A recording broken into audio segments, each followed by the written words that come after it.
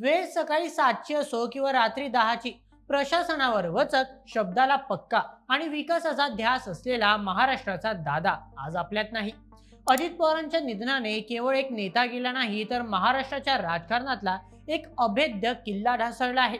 पण दादांच्या जाण्यानंतर आता जे प्रश्न उभे राहिलेत ते महाराष्ट्राचं राजकारण बदलून टाकणारे आहेत. आजच्या विशेष भागात आपण चर्चा करणार आहोत अशा प्रश्नांवर जे आतापर्यंत पडद्यामागे होते.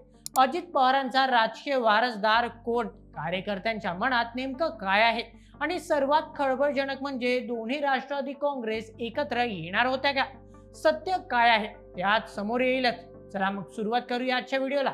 नमस्कार, मी नील सोनार, तुम्ही पाहत आहात बोल एमएच. अजितदादांच्या जाण्याने राष्ट्रवादी काँग्रेस अजित पवार गटमध्ये मोठी पोकळी निर्माण झाली आहे. दादा म्हणजे निर्णय घेणारा माणूस. आता प्रश्न आहे की हा निर्णय कोण घेणार? बारामतीच्या गल्लीपासून ते मंत्रालयाच्या दिल्लीपर्यंत एकच नाव सध्या चर्चेत आहे, सुनेत्रा अजित पवार. कार्यकर्त्यांनी आता जाहीर मागणी सुरू केली आहे की दादांनंतर सुनेत्रा वहिनींना उपमुख्यमंत्री करा. पण हे वाटतं तितकं सोपं आहे का? बारामतीच्या पोट निवडणूक आता अटळ आहे. या निवडणुकीत सुनेत्रा वहिनींना उतरवून दादांचा वारसा जिवंत ठेवण्याचा प्रयत्न पक्ष करेल. पण पार्थ पवार आणि जय पवार या तरुण नेतृत्वाचं काय? कार्यकर्त्यांच्या मनात वहिनीबद्दल आदर आहे, पण दादांसारख्या प्रशासकीय वचक त्या निर्माण करू शकतील का? यावरच राष्ट्रवादीच्या या गटाचं भवितव्य अवलंबून आहे. आता वळूयात सर्वात खळबळजनक मुद्द्याकडे. राष्ट्रवादी काँग्रेस शरद पवार गटाचे प्रदेशाध्यक्ष शशिकांत शिंदे यांनी जो दावा केलाय त्याने राजकीय वर्तुळात खळबळ उडाली आहे. शिंदे म्हणतात की अजित पवार हे शरद पवारांकडे पाहूनच काही गोष्टी बोलत होते. शशिकांत शिंदे यांच्या मते महापालिका निवडणुकीनंतर दोन्ही राष्ट्रवादी एकत्र येण्याबाबत खुद अजितदादा सकारात्मक होते. त्यासाठी गुप्त बैठकाही झाल्या होत्या. जर हे खरं असेल तर याचा अर्थ असा होतो की दादांना सत्तेत असूनही आपल्या मूळ घरात म्हणजेच साहेबांच्या राष्ट्रवादीत परतण्याची ओढ होती, पण काळाने घात केला. आता प्रश्न असा उभा राहतो की दादांच्या निधनानंतर त्यांचे उरलेले आमदार आणि कार्यकर्ते साहेबांच्या आवाहनाला प्रतिसाद देऊन पुन्हा एकत्र येणार का?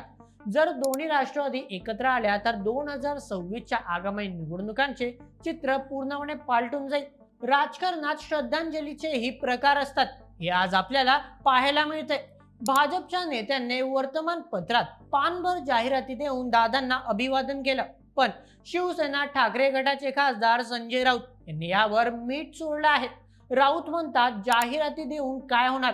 पंतप्रधान मोदींनी ज्या 70,000 कोटींच्या सिंचन घोटाळ्याचे आरोप दादांवर केले होते, ते आरोप मागे घेणे हीच खरी श्रद्धांजली ठरेल.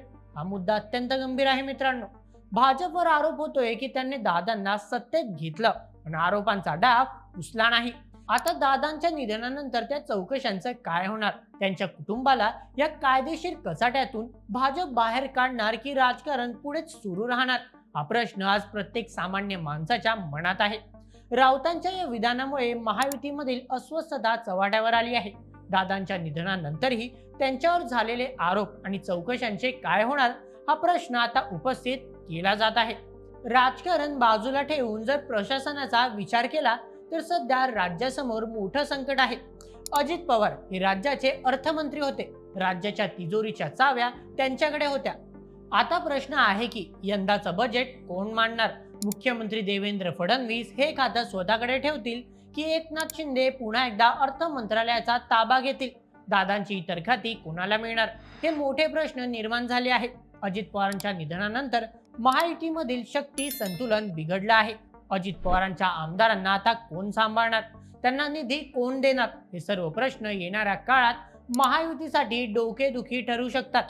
मित्रांनो, अजितदादा हे विकासाचे महामेरू मानले जायचे. त्यांच्या निधनानंतर निर्माण झालेले हे प्रश्न केवळ राजकीय नाहीत, तर ते महाराष्ट्राच्या भविष्याशी जोडलेले आहेत.